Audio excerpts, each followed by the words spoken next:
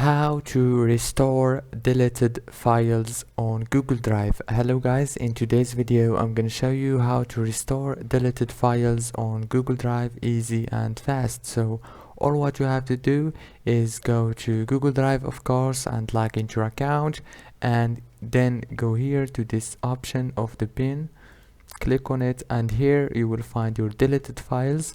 All what you have to do to get them back is by clicking on your right mouse and click restore, and if you want to choose all of them you can select them on this way and click on your right mouse and click restore.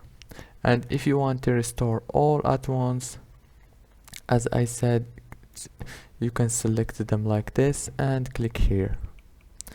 Don't forget to like and subscribe, and thank you so much for watching this video until the end.